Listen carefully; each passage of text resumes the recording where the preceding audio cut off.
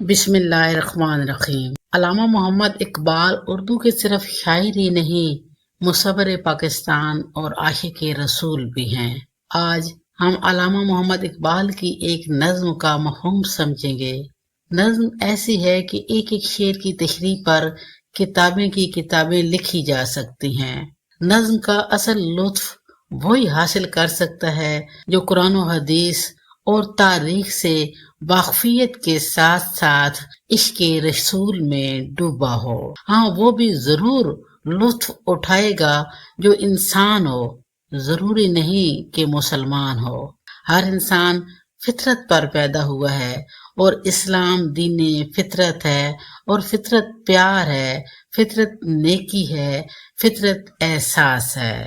یہ نظم رموز بے خودی سے لی گئی ہے اور اس کا عنوان ہے درمانی این کے سیدت النساء فاطمہ تو زہرا اسوہ کامل ایست برائے نسائے اسلام۔ سلام خاتون جنت پر، باپ تمام مخلوق کے لیے اسوہ حسنہ ہے، اور بیٹی بھی عین اسی طرح اسوہ کاملہ ہے۔ اور علامہ محمد اقبال نے اسلام کی خواتین کے سامنے حضرت فاطمہ بنت محمد مصطفیٰ صلی اللہ علیہ وآلہ وسلم کا اسوہ رکھا ہے۔ اگر میں تھوڑا اضافہ کروں کہ صرف مسلمان ہی نہیں، تمام خواتین کے لیے یہ اسوہ کاملہ ہیں۔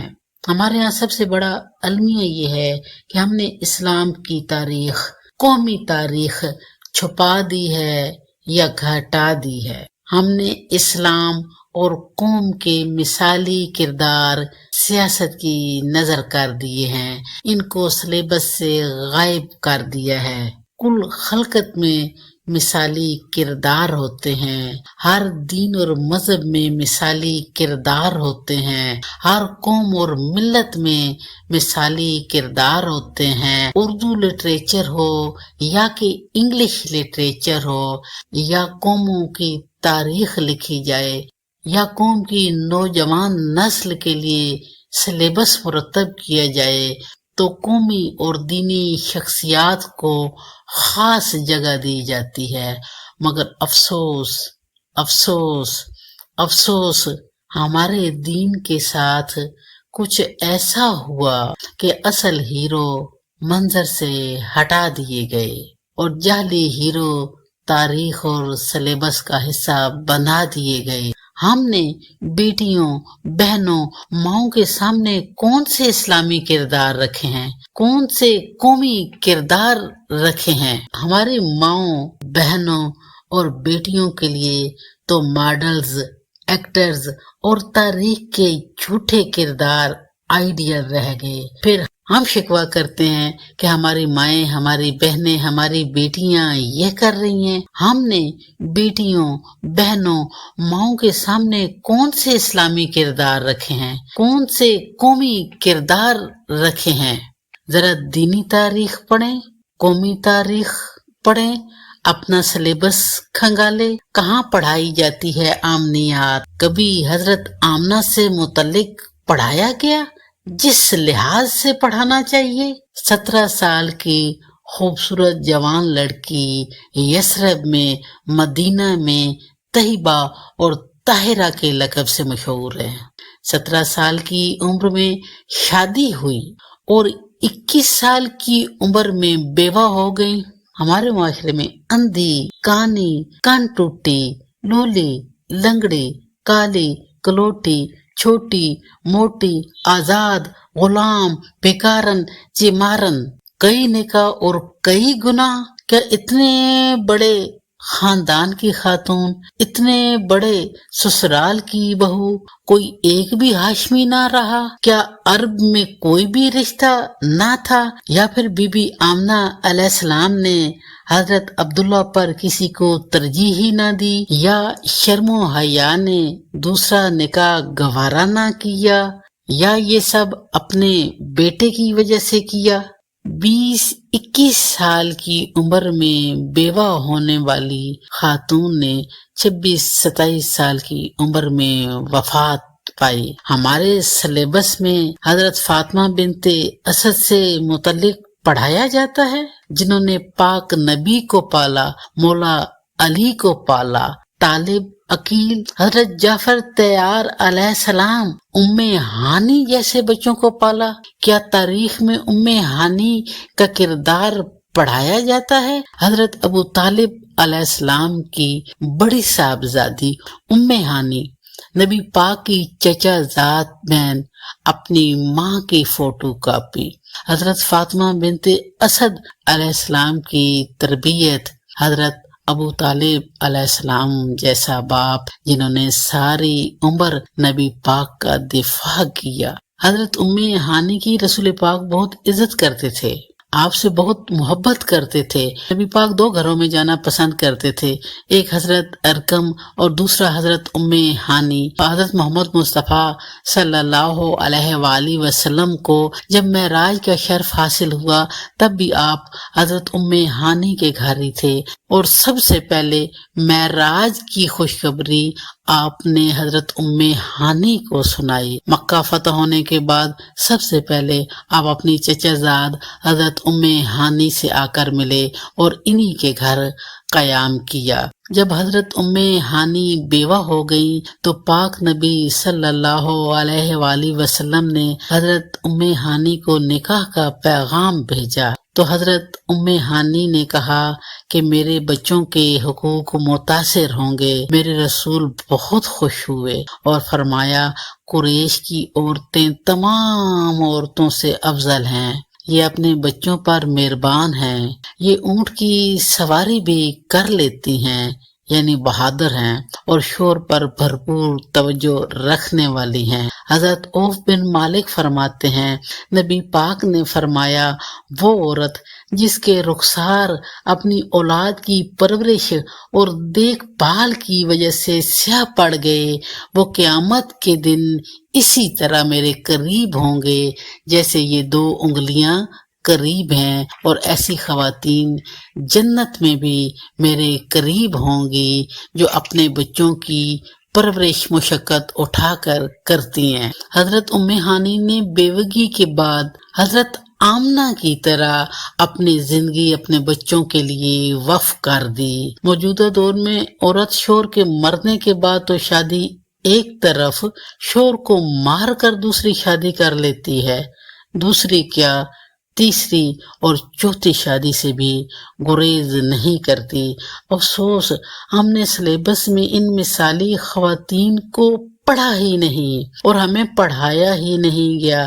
اسلامی ممالک میں ہم نے سلیبس میں ایسی خواتین سے متعلق پڑھا ہی نہیں۔ حضرت خدیجہ الکبریٰ، عرب کی شہزادی، مالدار تاجر خاتون، تمام کاروبار مردوں کے ذریعے کرتی تھی اور عرب کے زمانہ جاہلیت میں طاہرہ کے لقب سے مشہور تھیں۔ حضرت فاطمہ الزہرا بنت محمد مصطفیٰ، میرے لاکھوں سلام اس بی بی پر، میری بچیاں قربان اس بی بی پر، جو خلق کے لحاظ سے اپنی ماں کی بھی تصویر ہیں اور اپنے باپ کی بھی تصویر ہیں۔ میرے نبی گھر بیٹھ کر اپنی ازواج میں، اپنے اصحاب میں اور جنگوں میں فخر کرتے تھے کہ ہم فواطم کی اولاد ہیں، اور آج ہر غیرت مند نبی کے گھرانے کی عورتوں پر فخر کرتا ہے۔ آج ہر مومن، ہر ایمان والا، ہر غیرت مند حضرت فاطمہ الزہرا کو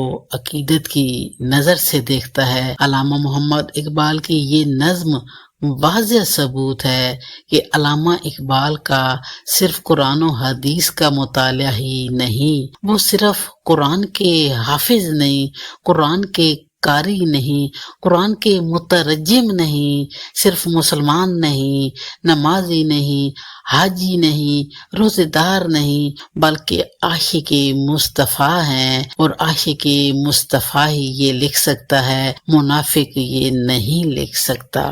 علامہ محمد اقبال کی نماز عشق مصطفیٰ ہے، علامہ محمد اقبال کی زندگی عشق مصطفیٰ ہے، علامہ محمد اقبال کا کلام عشق مصطفیٰ ہے۔ میرا مضمون اردو ہے اور میں اسے ادب کے ساتھ ساتھ عشق بھی کہتی ہوں۔ عشق فطرت ہے، کل کائنات عشق کے سبب تخلیق ہوئی، اور جس عشق کے سبب کائنات تخلیق کی گئی، میرے اللہ نے اسی عشق کو اپنا محبوب کہا۔ بات محبوب کی ہستی تک ختم نہیں ہوئی۔ میری بات ہر انسان سمجھے گا، کیونکہ اس کے انسان بننے کا سبب پاک محمد کی ذات ہے۔ میری بات ہر متقی سمجھے گا۔ ہدی للمتقین، متقی ہی تو ہدایت پاتے ہیں۔ میری بات ہر عاشق تو ضرور سمجھے گا۔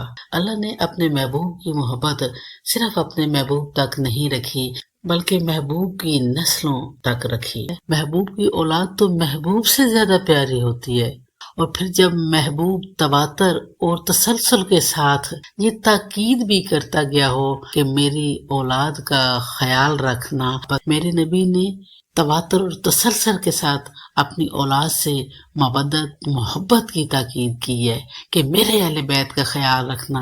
مودت اور محبت میں بھی بہت فرق ہے، لیکن مودت فرض ہے کہ نبی کی اولاد سے محبت کرو، اور خود نبی پاک نے خطبہ غدیر میں واضح کہا کہ اہل بیت کا اتباع کرنا، ان سے متمسک رہنا، ان کی پیروی کرنا، تم کبھی گمراہ نہیں ہوگے۔ اور یہ حدیث مستند بھی ہے، مسلسل بھی ہے، اور متواتر بھی ہے۔ میں قرآن پاک کی ایک آیت پیش کرتی ہوں، سورہ آل عمران کی آیت نمبر 31 ہے۔ قرآن پاک میں 30 پارے ہیں اور 6666 آیات ہیں۔ اگر تمام عالم اسلام اس ایک آیت کو ہی سمجھ لے تو تمام مسلمان ایک ہو جائیں اور مسلمانوں کے جھگڑے ختم ہو جائیں۔ بسم اللہ الرحمن الرحیم۔ قل ان کنتم تحبون اللہ فاتبعونی یحببکم اللہ ویغفر لکم ذنوبکم واللہ غفور الرحیم۔ آیت پہ غور کرنا ہے۔ اللہ تعالیٰ فرما رہا ہے، اے نبی ان سے کہہ دو اگر تم اللہ سے محبت کرتے ہو تو میری اتباع کرو، پھر کیا ہوگا؟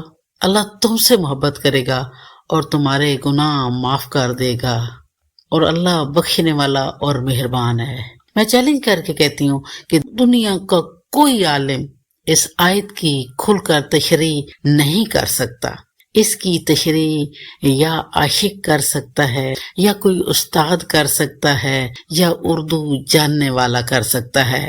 میرے دادا مرحوم مولانا سید غلام شبر شاہ شیرازی فرماتے تھے، محبت دو طرفہ ہوتی ہے، کبھی ایک طرفہ نہیں ہوتی۔ اگر ایک دل میں ہے تو دوسرا پھر خود بخود اس سے محبت کرتا ہے۔ جو اردو اور عربی سے واقف ہیں وہ اس آیت کو پڑھ کر اس کا مفہوم سمجھ سکتے ہیں، لیکن عملی شکل عاشق رسول ہی دے سکتا ہے۔ اللہ تعالیٰ نے اپنے نبی سے کہا، کل، جو عربی جانتے ہیں انہیں اچھی طرح پتہ ہے کہ کل اسی آیت کے ساتھ لگا ہوتا ہے جس پر حکم شدید ہوتا ہے، جس پر زور دینا ہوتا ہے، جس میں اللہ تعالیٰ کہتا ہے کہ میری طرف سے کہہ دو۔ آیت اتباع کے ساتھ بھی کل ہے، آیت مودت کے ساتھ بھی کل ہے کہ اے نبی میری طرف سے کہہ دو۔ آیت اتباع میں بھی اللہ تعالیٰ نے کہا ہے کہ میری طرف سے کہہ دو، اگر تم اللہ سے محبت کرتے ہو تو میری اتباع کرو۔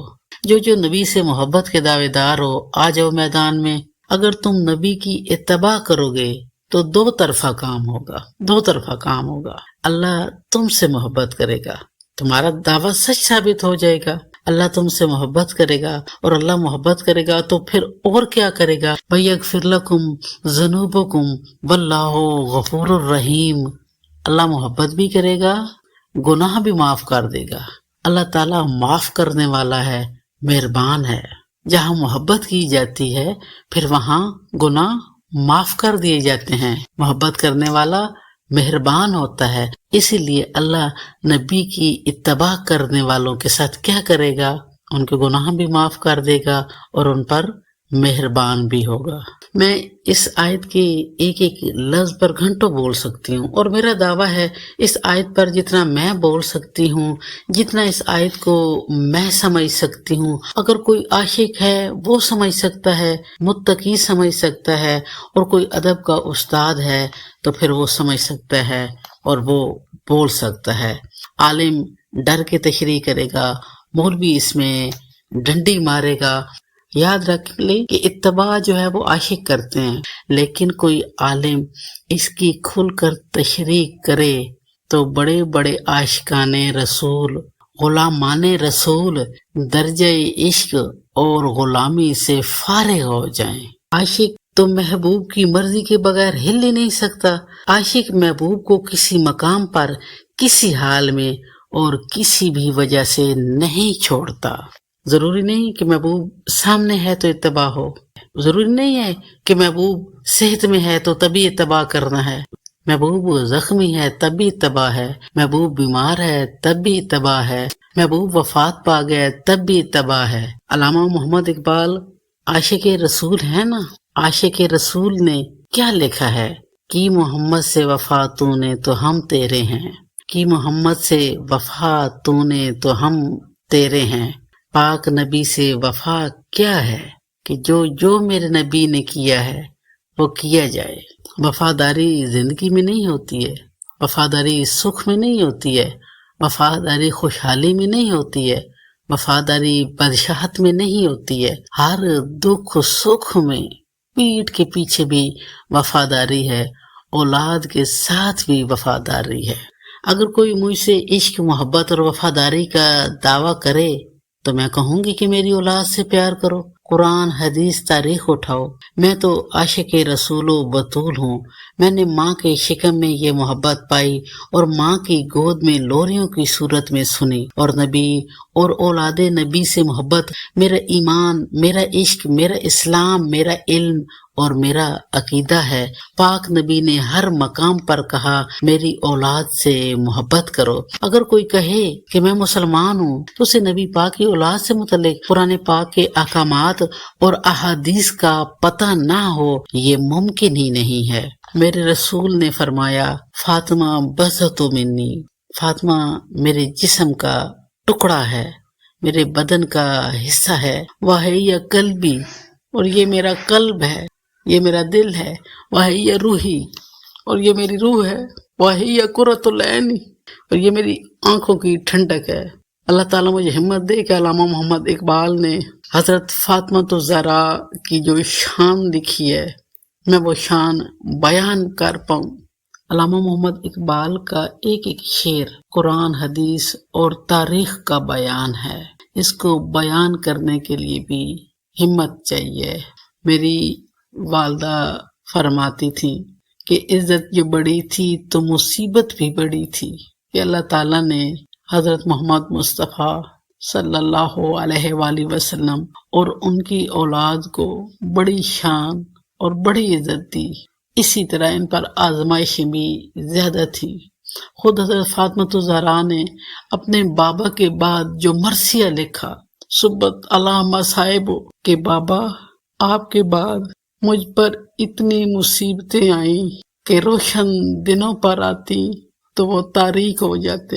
میں نے اس مرثیے کے ایک شعر کا اردو میں ترجمہ کیا ہے۔ دکھ اتنے تیری فاطمہ پہ آئے بابا، دن سہے تو تاریک ہو جائے بابا، دکھ اتنے تیری فاطمہ پہ آئے بابا، دن سہے تو تاریک ہو جائے بابا۔ ہم جس سے پیار کرتے ہیں اس کی آنکھوں کو اور اس کے کلیجے کو ٹھنڈا کرتے ہیں، اس کی روح کو سکون دیتے ہیں۔ جس نے حضرت فاطمہ الزہرا سے پیار کیا اس نے میرے رسول کے کلیجے کو ٹھنڈا کیا، میرے رسول کی آنکھوں کو ٹھنڈا کیا، میرے رسول کی روح کو سکون دیا۔ میرے نبی وہی بولتے ہیں جو حکم خدا ہوتا ہے۔ میرے نبی نے حضرت فاطمہ الزہرا کو اپنا قلب، اپنی روح، اپنی آنکھوں کی ٹھنڈک اللہ کے حکم سے کہا ہے۔ میرا اللہ مجھے طاقت دے، صحت دے، فرصت دے، آسودگی دے تو میں بی بی زہرا پر بولتی رہوں۔ میری بیٹیاں قربان ہوں اس بی بی پر۔ ملکۃ العرب، عرب کی شہزادی، عرب کی تاجر، بنو ہاشم کی ملکہ حضرت خدیجہ الکبریٰ جب دنیا سے رخصت ہونے لگی تو آخری وقت میں حضرت محمد مصطفیٰ صلی اللہ علیہ وآلہ وسلم کو وصیت کی کہ اے زہرا کے بابا، میری بیٹی کبھی نہ روئے، جو مائیں، جو بہنیں، جو بیٹیاں، جو ماں بہن بیٹی والے میری بات سن رہے ہیں، اللہ گواہ ہے، ہر ماں باپ کی بیٹی کے لیے یہی خواہش ہوتی ہے کہ اسے کوئی دکھ نہ ملے۔ میرے رسول نے جب بی بی زہرا کو رخصت کیا تو مولا علی کو الگ بلا کر کہا کہ زہرا میری امانت ہے، اے علی اس کا خیال رکھنا۔ مجھے آج بھی یاد ہے جب میری رخصتی ہو رہی تھی، میرے ایک طرف میری بہن مقدس زہرا چل رہی تھی اور ایک طرف میری ساس چل رہی تھی، تو میری بہن نے میری ساس کو کہا ہمارے ماں باپ زندہ نہیں ہیں، ہماری بہن کا خیال رکھنا، ہماری ماں نہیں ہے، اس کی ماں بن کر دکھانا۔ میری شادی کے بعد جب دوسری عید الفطر آئی تو میری چھوٹی بہن مرحومہ رفعت بطول نے اپنا دامن اٹھا کر میری ساس سے کہا کہ میں سید زادی ہوں، آپ کو بی بی زہرا کی چادر کا واسطہ ہماری بہن کو کبھی دکھی نہ کرنا۔ بتانا یہ مقصود ہے کہ والدین ہوں یا بہن بھائی ہوں، بیٹی کی خوشی ہر کوئی مانگتا ہے، اور جس نبی نے کل جہاں کی بیٹیوں کو عزت دی، حقوق دیے، کیا اس خلق عظیم کے مالک کو اپنی بیٹی سے پیار نہ تھا؟ کسی نے پاک نبی سے سوال کیا کہ حضرت مریم افضل ہے یا حضرت فاطمہ الزہرا افضل ہیں؟ تو میرے نبی نے فرمایا کہ مریم اپنے دور کی خواتین کی سردار ہے اور فاطمہ الزہرا سلام اللہ علیہا کل جہانوں کی عورتوں کی سردار ہے۔ فاطمہ الزہرا جنت کی عورتوں کی سردار ہیں۔ میرے رسول فرماتے اے فاطمہ تو ابیہا ہے، میں تیری اس طرح عزت کرتا ہوں جس طرح کوئی ماں کی عزت کرتا ہے، جس طرح کوئی ماں کی عزت کرتا ہے۔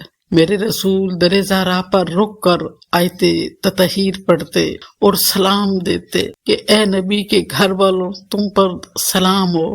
میرے رسول مدینہ والوں کو اس در کی عزت بتاتے۔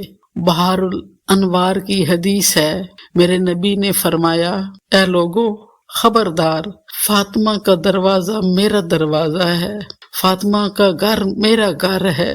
جس نے اس گھر کی بے حرمتی کی، اس نے اللہ کے حجاب کی توہین کی۔ صحیح بخاری کی حدیث ہے، اللہ فاطمہ کے غضب سے غضبناک ہوتا ہے اور فاطمہ کے راضی ہونے سے راضی ہوتا ہے۔ جب حضرت فاطمہ الزہرا آتی تو میرے رسول چادر بچھا دیتے۔ میں نے تو حضرت فاطمہ الزہرا سے متعلق قرآن کے بیان اور نبی پاک کے فرمان اپنی ماں کی گود میں سنے ہیں اور پھر خود پڑھے ہیں۔ کسی بھی دین کی پیروی اور ترویج کے لیے اس دین میں مثالی کردار ہوتے ہیں۔ اس دین کے پیروکار ان کرداروں کی پیروی کریں تو اس دین میں ہی نہیں کل عالم میں سرخرو ہوتے ہیں۔ جس دین میں مثالی کردار چھپا دیے جائے، پھر اس دین کے لوگ سطحی اور پست لوگوں کی پیروی کرتے ہیں۔ دنیا میں لٹریچر اسی لیے لکھا جاتا ہے کہ کسی بھی قوم کو اس کی مثالی کردار دکھا کر قوم کو بلند کیے جائے۔ علامہ اقبال جیسے شاعر نے محسوس کیا کہ امت کا زوال اسی وجہ سے ہے کہ یہاں مثالی ماں بہن بیٹی نہیں ہے۔ اگر مثالی مائیں ہوں تو بچے بھی مثالی ہوتے ہیں۔ افسوس، جس دین یا قوم میں مثالی کردار چھپا دیے جائیں یا ان کی شان گھٹا دی جائے، وہاں ناچنے والی، گانے والی، آوارہ بد کردار اور بازاری عورتیں آئیڈیل بن جاتی ہیں۔ اقبال نے ہندوستان میں ایسے حالات دیکھے تو قوم کی ماؤں کو اسوہ بطول اپنانے کا درس دیا۔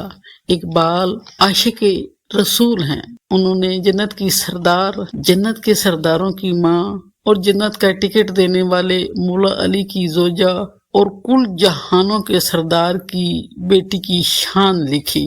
اقبال نے جو نظم لکھی اس سے پہلے میں اقبال کی ایک ربائی بیان کروں گی جو انہوں نے ارمغان حجاز میں لکھی ہے۔ علامہ اقبال کہتے ہیں اگر پندے ز درویش پذیری، ہزار امت بمیرد تو نہ میری، بطولی باش و پنہا شو ازی نثر، کہ در آغوش شبیری بگیری، کہ در آغوش شبیری بگیری۔ اقبال کہتے ہیں کہ گر پندے دے درویشی پذیری، اگر مجھ جیسے درویش کی بات مان لو، ہزار امت بمیرت تو نہ میری، ہزار امت مر جائے گی تو اے خاتون تو نہیں مرے گی، کیا کرے بطول باش، بطول جیسی بن جا، و پنہاں شو ازین اثر، اور اس زمانے سے منہ پھیر لے، مراد اس زمانے کی برائیوں سے، برے کاموں سے، خرافات سے اپنا منہ موڑ لے، تو پھر کیا ہوگا کہ در آغوش شبیری بگیری، تو تیری آغوش میں شبیر جیسا بیٹا پیدا ہوگا، تو تیرے بچے حضرت امام حسین علیہ السلام جیسے ہوں گے۔ اقبال کی رموز بے خودی کی جو نظم ہے، سیدۃ النساء فاطمۃ الزہرا اسوہ کاملہ است برائے نساء اسلام، اس کا میں پہلا شعر پڑھتی ہوں۔ مریم از یک نسبت عیسیٰ عزیز، مریم از یک نسبت عیسیٰ عزیز، از سے نسبت حضرت زہرا عزیز، از سے نسبت حضرت زہرا عزیز۔ اللہ تعالیٰ مجھے ہمت دے کہ میں اس کا سادہ سادہ ترجمہ ہی کرتی جاؤں۔ علامہ اقبال سے بھی حضرت مریم اور حضرت فاطمۃ الزہرا سے متعلق سوال کیا گیا تھا۔ علامہ محمد اقبال نے شعر میں وہی بات بتائی ہے جو قرآن اور احادیث میں موجود ہے کہ حضرت مریم ہمیں ایک نسبت سے عزیز ہیں کہ وہ حضرت عیسیٰ علیہ السلام کی والدہ ہیں، جبکہ حضرت فاطمہ الزہرا کی 3 نسبتیں ہیں، اپنا مقام الگ لیکن نسبتیں 3 ہیں۔ از سے نسبت حضرت زہرا عزیز، بی بی کا اپنا ایک الگ مقام ہے۔ ہم رشتوں کے حوالے سے بھی خاتون کی قدر و منزلت کو جانتے ہیں، تو اگر اس حوالے سے دیکھا جائے تو آپ کی 3 نسبتیں ہیں۔ قرآن کی کس آیت کا میں حوالہ دوں؟ سورہ آل عمران کی آیت مبالغہ کا حوالہ دوں گی کہ ابنانا و ابناکم، نسانا و نساکم، انفسنا و انفسکم، کہ قرآن میں بھی بی بی کے 3 معتبر رشتے ہیں کہ کائنات میں ان رشتوں جیسا کوئی نہیں ہے۔ علامہ محمد اقبال نے کہا ہے کہ بی بی کی سے یعنی 3 نسبتیں ہیں جن کی وجہ سے بی بی کا مقام بہت بلند ہے اور بی بی ہمیں بہت عزیز ہیں۔ پہلی نسبت کہ بی بی جیسا کسی کا باپ نہیں ہے، جو عالمین کے سردار ہیں، جو جہانوں کے سردار ہیں۔ بی بی جیسا کسی کا شوہر نہیں ہے جو مولائے کائنات ہیں، اور بی بی جیسے کسی کے بچے نہیں ہیں جو کہ جنت کے سردار ہیں۔ سورہ آل عمران میں آیت مبالغہ میں حضرت فاطمہ الزہرا کے 3 ہی رشتے ہیں، بیٹے، شوہر اور باپ۔ جس نے بھی حدیث کساب پڑھی ہے اس میں بھی 3 ہی رشتے ہیں۔ ہم فاطمہ، یہ فاطمہ ہے، و ابوہا، اس کا باپ ہے، و بالوہا، اس کا شوہر ہے، و بنوہا، اس کے بیٹے ہیں۔ باپ بلند عظمت والا، شوہر بلند عظمت والا، بیٹے بلند شان والے، اور خود بی کل جہانوں کی خواتین کی سردار، جنت کی سردار۔ دوسرا شعر ہے، یہ بھی حدیث کا مفہوم ہے۔ نور چشم رحمت للعالمین، امام اولین و آخرین، کہ یہ ان کی بیٹی ہے جو جہانوں کے لیے رحمت ہیں، جو پہلے انسان سے آخری انسان تک کے امام ہیں، جو پہلے نبی سے حضرت عیسیٰ تک ہر نبی کے امام ہیں۔ آنکھیں جان در پہ کرے گیتی دمید، روزگار تازہ آئیں آفرید، یہ اس باپ کی بیٹی ہیں جنہوں نے مردہ دنیا میں روح ڈالی۔ عرب کے زمانہ جاہلیت کو علامہ محمد اقبال نے مردہ جہاں، مردہ زمانہ کہا ہے، جس میں روح حضرت محمد مصطفیٰ صلی اللہ علیہ وآلہ وسلم نے ڈالی، اور پاک نبی نے تازہ آئین سے اس زمانے کو، اس دور کو معطر کیا، تازہ آئین سے اس دور کو معمور کیا۔ بانوے تاج دارے حالتا مرتضی مشکل کشا شیر خدا، بانویاں تاجدار حلتا، مرتضی مشکل کشا شیر خدا۔ جو قرآن پاک پڑھتا ہے اور جس کا سورہ دہر کا مطالعہ ہے وہ اچھی طرح جانتا ہے، وَيُطْعِمُونَ الطَّعَامَ عَلَىٰ حُبِّهِ مِسْكِينًا وَيَتِيمًا وَأَسِيرًا۔ اللہم صلی علی محمد وآل محمد، کہ یہ وہ گھرانہ ہے جو اللہ کی محبت میں مسکین کو، یتیم کو اور اسیر کو دے دیتا ہے۔ واقعہ بہت طویل ہے لیکن میں مختصراً بیان کرتی ہوں کہ حضرت امام حسین علیہ السلام کو بخار ہوا تو بی بی زہرا نے منت مانی کہ اگر حضرت امام حسین علیہ السلام شفا یاب ہو گئے تو ہم سب روزہ رکھیں گے۔ آل نبی کا سارا گھرانہ روزے سے ہے۔ حضرت علی علیہ السلام شمعون یہودی کی روئی لائے اور حضرت فاطمہ الزہرا نے وہ روئی صاف کی۔ مولا علی علیہ السلام کو یہودی شمعون نے اجرت دی اور پاک علی جو لائے۔ حضرت فاطمہ الزہرا نے چکی سے جو کا آٹا بنایا، اسے خمیر کیا، افطار کے وقت دسترخوان لگایا تو دکل باب ہوا۔ پوچھا گیا کون؟ تو جواب ملا کہ اے نبی کے گھر والوں، میں ایک مسکین ہوں، بھوکا ہوں، مجھے کچھ کھانے کو دو۔ اہل بیت نے دسترخوان پر رکھا، تمام کھانا دے دیا اور پانی کے ساتھ افطار کیا۔ اگلے دن پھر آل رسول نے روزہ رکھا، دوسرے دن پھر دکل باب ہوا۔ پوچھا گیا کون؟ تو آواز آئی کہ میں ایک یتیم ہوں، پھر کھانا دے دیا۔ تیسرے دن پھر اسی طرح دسترخوان سجایا اور دروازے پر دستک ہوئی۔ پوچھا گیا کون؟ تو بتایا کہ میں ایک اسیر ہوں۔ اللہ تعالیٰ نے سورہ دہر میں آیت اسی طریقے سے نازل کی ہے، مسکینن و یتیمن و اسیرا، کہ اللہ کی محبت میں جو ان کو کھلا دیتے ہیں، یہی گھرانہ ہے جو اپنی منت اور نظر مان کر پوری کرتا ہے۔ مرتضی مشکل کشا شیر خدا، مرتضی کے معنی ہے چنا ہوا۔ مرتضی اس کو کہتے ہیں جس سے اللہ راضی ہے۔ راضی اللہ کے معنی ہوتے ہیں، یہ ایک دعا ہے کہ اگر کوئی بندہ 40-50 سال کے بعد مسلمان ہوا ہے، اس نے کلمہ پڑھا ہے، کلمہ گو ہوا ہے، تو اس کے لیے مسلمان پھر دعا کرتے ہیں کہ اللہ اس پر راضی ہو جائے۔ لیکن مرتضی اس کو کہتے ہیں جس سے اللہ راضی ہے۔ مشکل کشا، بدر کا میدان دیکھیں، احد دیکھیں، خندق دیکھیں، خیبر دیکھیں، ہر جنگ میں حضرت علی علیہ السلام کے نمایاں کارنامے ہیں، اس لیے حضرت علی علیہ السلام کو مشکل کشا کہا جاتا ہے۔ نبی پاک نے آپ کو اسد اللہ، شیر خدا کا لقب دیا۔ اگلا شعر ہے، بادشاہ وکل بے ایوانے، کہ وہ بادشاہ ہیں لیکن ان کا ایوان ایک جھونپڑی ہے۔ یک حسام و یک زرہ سامانے ہو، مولا علی کا کل سامان ایک زرہ ہے اور ایک تلوار ہے، جمع کر کے کچھ بھی نہیں رکھا۔ وہ کس کی ماں ہے؟ مادر آن مرکز پرکار عشق، مادر آن کارواں سالار عشق، کہ یہ اس کی ماں ہے جو عشق کا مرکز ہے۔ صدق خلیل بھی ہے عشق، صبر حسین بھی ہے عشق، کہ جو عشق کا مرکز ہے، یہ ان کی ماں ہے جو عاشقوں کے قافلے کے سالار ہیں۔ یہ کہ شمع شبستان حرم، حافظ جمعیت خیر الامم۔ دوسرے کون ہیں؟ اب دوسرے کا تعارف کروایا ہے، حافظ جمعیت خیر الامم، کہ وہ امت جو تمام امتوں سے بہترین امت ہے۔ مسلمانوں کی جمعیت کی حفاظت کی۔ مسلمانوں کی جمعیت کی کس طرح حفاظت کی؟ تا نشیند آتش پیکارو کین، تا نشیند آتش پیکارو کین، پشت بازد برسرے تاج و نگین۔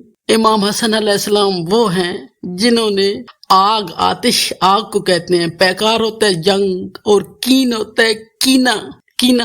آپ میں سے جو عربی پڑھتا ہے، جو فارسی پڑھتا ہے، جو اردو پڑھتا ہے، وہ گوگل پہ جا کے کوئی بھی ڈکشنری اٹھا لے، کہیں بھی جا کے لغت میں کینہ کے معنی دیکھ لے کہ کہ کینہ پرور کس کو کہتے ہیں، جس نے کینے اور دشمنی کی آگ کو ختم کرنے کے لیے تاج اور نگین کو ٹھوکر مار دی، جس نے تخت کو ٹھوکر مار دی۔ ساری دنیا جانتی ہے، صرف مسلمان نہیں، کل دنیا کے انسان جانتے ہیں کہ عرب میں جب مسلمانوں کے رسول نے اعلان نبوت کیا تو کچھ لوگ جو اور خداؤں کو پوجتے تھے، جو اور خداؤں کی عبادت کرتے تھے، وہ ہمارے رسول کے دشمن ہو گئے، اور نبی پاک کو جو جو تکلیف دی، جو جو تانا دیا، وہ تاریخ کے اوراق پہ درج ہے، وہ چھپ نہیں سکتا۔ زمانہ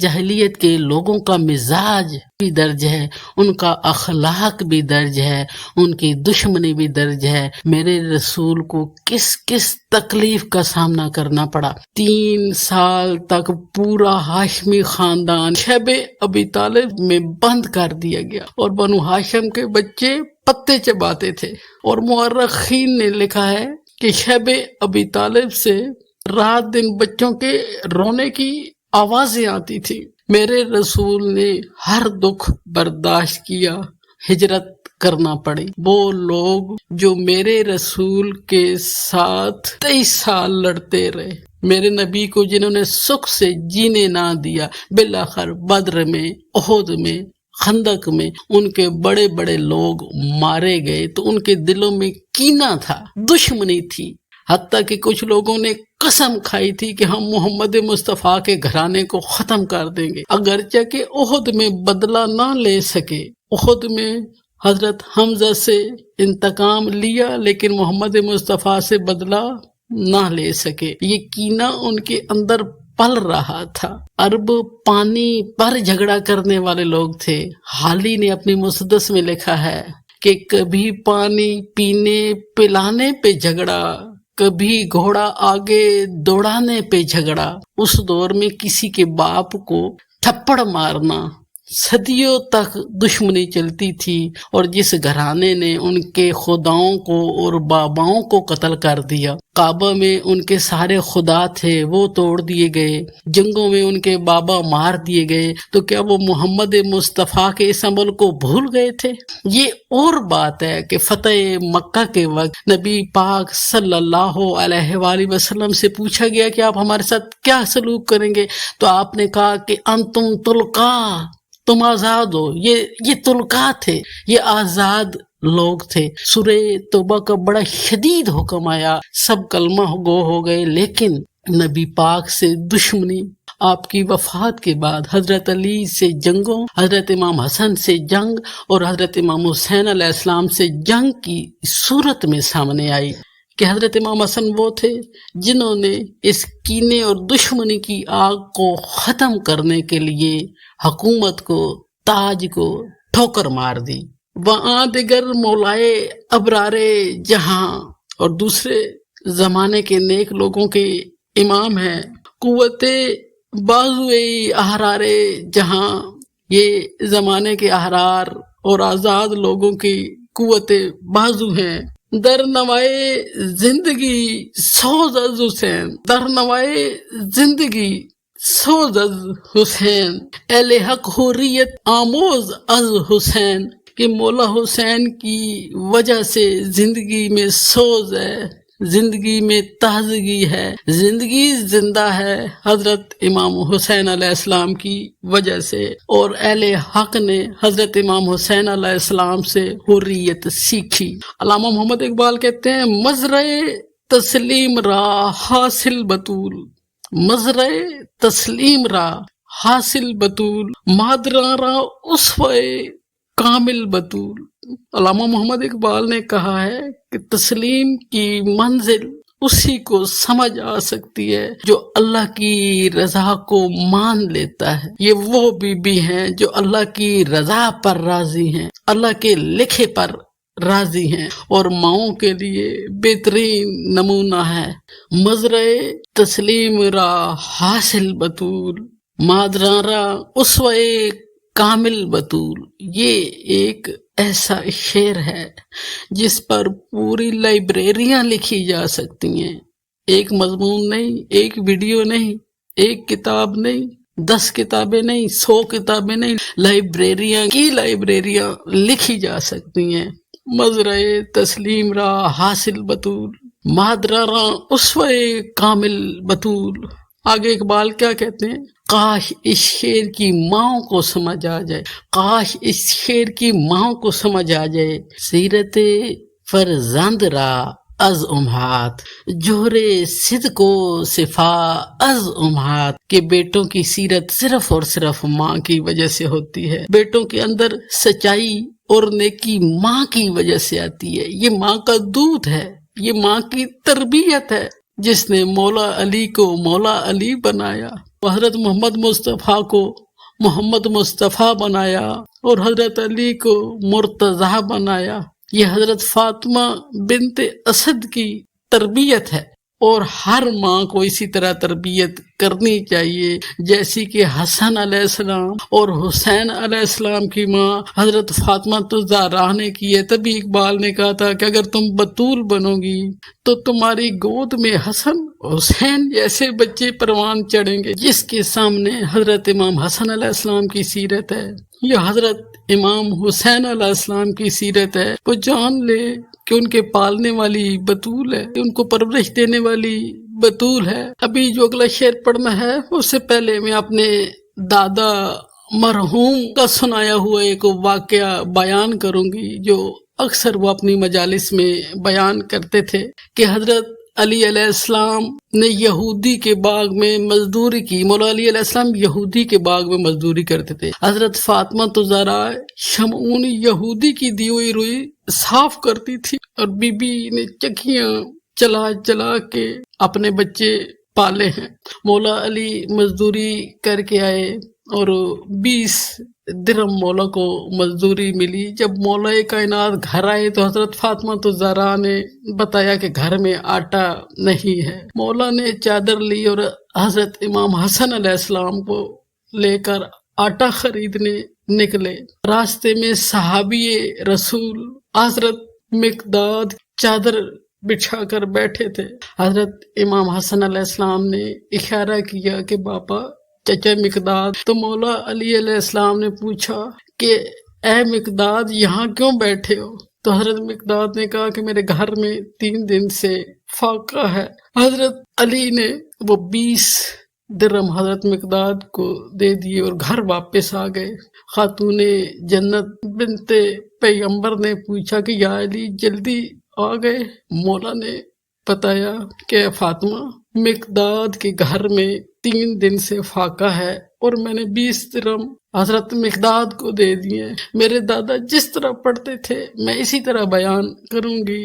میرے دادا نے کہا کہ اگر ہمارے زمانے کی کوئی عورت ہوتی تو آگے سے اور ہی جواب دیتی، اور کوئی بہت نیک عورت ہوتی تو وہ کہتی کہ 10 مقداد کو دے دیتے اور 10 درہم کا آٹا لے آتے۔ حضرت محمد مصطفیٰ کی بیٹی بیٹھی تھی اور کھڑی ہو گئی اور ماتھے پر ہاتھ رکھ کر کہا کہ یا علی میں آپ پہ سلام بھیجتی ہوں، آپ میرے بابا کے صحابہ کا اتنا خیال کرتے ہیں۔ اگلا شعر ہے بہرے محتاجی دلش آنگو نہ سوخت، با یہودی چادر خود را فروخت۔ بہرے محتاجی دلش آنگو نہ سوخت، با یہودی چادر خود را فروخت۔ ایک محتاج کے لیے حضرت فاطمہ الزہرا کا دل دکھی ہوتا ہے، اور بی بی اپنی چادر تطہیر یہودی کو فروخت کر کے اس کی مدد کرتی ہیں۔ اور روایات میں نے یہ بھی پڑھا ہے کہ حضرت زہرا کی چادر دیکھ کر وہ یہودی مسلمان ہو گیا، اور روایات میں نے یہ بھی پڑھا ہے دروازے پر سائل آیا اور بی بی نے اپنی شادی کا جوڑا اس کو دے دیا۔ نوریو ہم آتشی فرما برش، گم رضائے در رضائے شہرش۔ نوریو ہم آتشی فرما برش، گم رضائش در رضائے شورش۔ کہ جس بی بی کے گھر ملائکہ چکی چلائیں، جن کے تمام مخلوقات کام کرے اور حکم مانے، جس کی دسترس کل کائنات پر ہے، جس کی ماں عرب کی امیر ترین خاتون اور باپ کل جہان کا سردار ہے، جس بی بی کے کپڑے عرش سے آئیں، جس بی بی کے کھانے عرش سے آئیں، جس کے بچوں کا جبریل درزی بن کر آئے، اس بی بی کی رضا وہی ہے جو حضرت علی کی رضا ہے۔ جو مرضی حضرت علی کی ہے وہی حضرت فاطمہ الزہرا کی ہے، اور جو مرضی حضرت فاطمہ الزہرا کی ہے وہی مرضی حضرت علی علیہ السلام کی ہے۔ ادب پروردہ صبر و رضا، آسیہ گردان و لب قرآن سرا، کہ اللہ تعالیٰ نے ان کو خون میں ماں کی تربیت میں صبر دیا تھا، جو ملکۃ العرب ہو کر شیب ابی طالب میں پتے چباتی تھی۔ اتنی امیر، اتنی رئیس، 3 سال شیب ابی طالب میں حضرت خدیجۃ الکبریٰ نے پتے چبائے، بدن کا پانی کم ہو گیا تھا، بھوک کی وجہ سے لاغر ہو گئی تھی، اور بی بی شیب ابی طالب کے بعد بہت کم عرصہ زندہ رہی۔ 3 سال کی بھوک، پیاس اور قید و بند نے بی بی اور حضرت ابو طالب کو لاغر کر دیا۔ یہی وجہ ہے کہ 10 نبوی عام الحزن میں آپ دونوں دنیا سے رخصت ہو گئے، کہ اس ماں کی بیٹی ہیں اور تربیت میں صبر و رضا ہے، اسی لیے چکی بھی چلاتی ہیں اور قرآن بھی پڑھتی جاتی ہیں۔ بی بی چکی بھی چلا رہی ہیں اور ساتھ قرآن کی تلاوت کر رہی ہیں۔ بی بی زہرا کے لیے تسبیح زہرا آئی 34 دفعہ اللہ اکبر، 33 دفعہ الحمدللہ اور 33 دفعہ سبحان اللہ، اس کو ہم تسبیح زہرا کہتے ہیں۔ اور بی بی فاطمہ الزہرا نے حضرت حمزہ کی قبر کی مٹی لے کر یہ تسبیح بنائی تھی۔ یہ جو ابھی تسبیح آپ کے پاس ہے، اس کی موجد حضرت فاطمہ الزہرا ہیں۔ پہلی دنیا میں تسبیح حضرت فاطمہ الزہرا نے حضرت حمزہ کی قبر کی مٹی کی بنائی تھی، اور بی بی یہ تسبیح پڑھتی تھی تو بی بی کو تھکن محسوس نہیں ہوتی تھی۔ اور جو خاتون یہ تسبیح پڑھتی ہے وہ اپنی اولاد اور گھر کے کاموں سے کبھی نہیں تھکتی۔ یہ میرا آزمایا ہوا وظیفہ ہے۔ گریہ ہے او زبالین بے نیاز، گوہر افشاندی بدامان نماز۔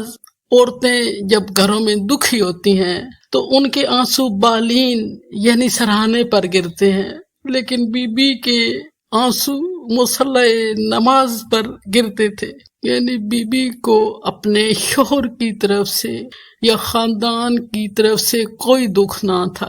بی بی کو آسائش اور سہولت کا کوئی دکھ نہ تھا۔ عموماً گھریلو جھگڑوں میں، گھریلو پریشانیوں میں، رزق کی تنگی میں اگر عورت روتی ہے تو اس کے آنسو سرہانے پر گرتے ہیں، اگر وہ اللہ کی محبت میں روتی ہے تو اس کے آنسو مسلح پر گرتے ہیں۔ علامہ محمد اقبال کی روح پہ لاکھوں سلام، جن کا قرآن کا اور حدیث کا اتنا مطالعہ ہے اور اتنا عشق ہے کہ انہوں نے عشق میں یہ اشعار لکھے کہ بی بی کے آنسو بستر پر نہیں بلکہ مصلی پر گرتے تھے۔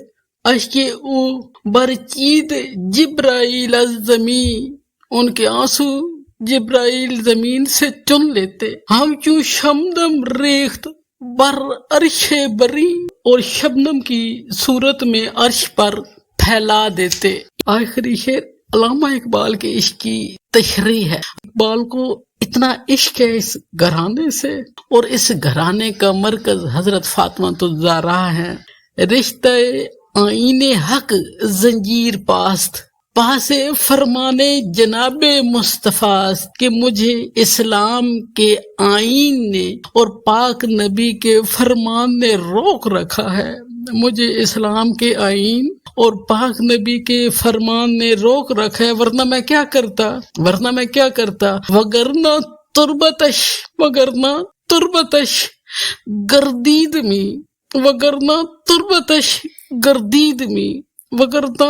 تربتش گردید میں، میں کعبہ چھوڑ کر ان کی قبر کا طواف کیا کرتا۔ سجدہ بر خاک او پاشید میں مسجد میں سجدہ نہ کرتا، میں کعبہ میں سجدہ نہ کرتا۔ سجدہ بر خاک او پاشید میں ان کی قبر پر سجدہ کرتا، میں ان کی قبر کے طواف کرتا، میں ان کی قبر پر سجدہ کرتا۔ ہمیں قرآن کے مطابق چلنا ہے، ہمیں حدیث کے مطابق چلنا ہے، ہمیں اسلام کے مطابق چلنا ہے، اور جس نے دین اسلام کو بدلا ہے اس کا ٹھکانہ انشاءاللہ جہنم میں ہوگا، انشاءاللہ۔ عشق میرا مضمون ہے، محمد و آل محمد میرا ایمان ہے، علم مجھے وراثت میں باپ دادا سے ملا ہے، یہ ذکر مجھے دودھ اور خون میں ملا ہے۔ اس ذکر کا صدقہ کہ اللہ تمام ماؤں کو، تمام بہنوں کو، تمام بیٹیوں کو سیرت حضرت فاطمہ الزہرا پر چلنے کی توفیق دے۔ یہ وہ گھرانہ ہے جو عالمین کا سردار ہے، کردار سے جہانوں پر، دلوں پر، جنت پر حکومت کرتے ہیں۔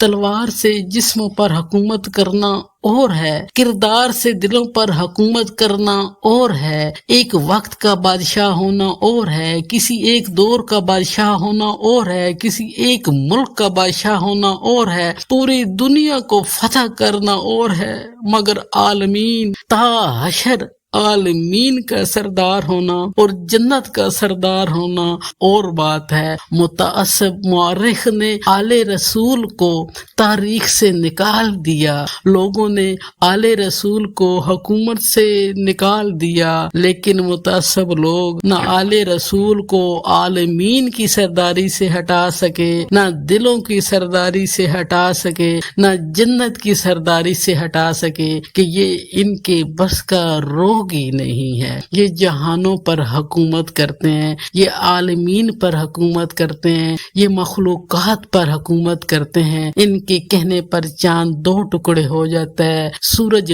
واپس پلٹ آتا ہے، ان کے حکم پر زمین سے پانی ابل آتا ہے، ان کے سر نیزے پر قرآن پڑھتے ہیں، ان کے گرد قرآن طواف کرتا ہے۔ لب لبا عالمین کی سرداری لوگوں کی سمجھ میں آ جائے۔ میری آخر میں دعا ہے کہ یا اللہ ہمارے عالم اسلام میں ماؤں کو اسوہ بطول پر چلنے کی توفیق دے۔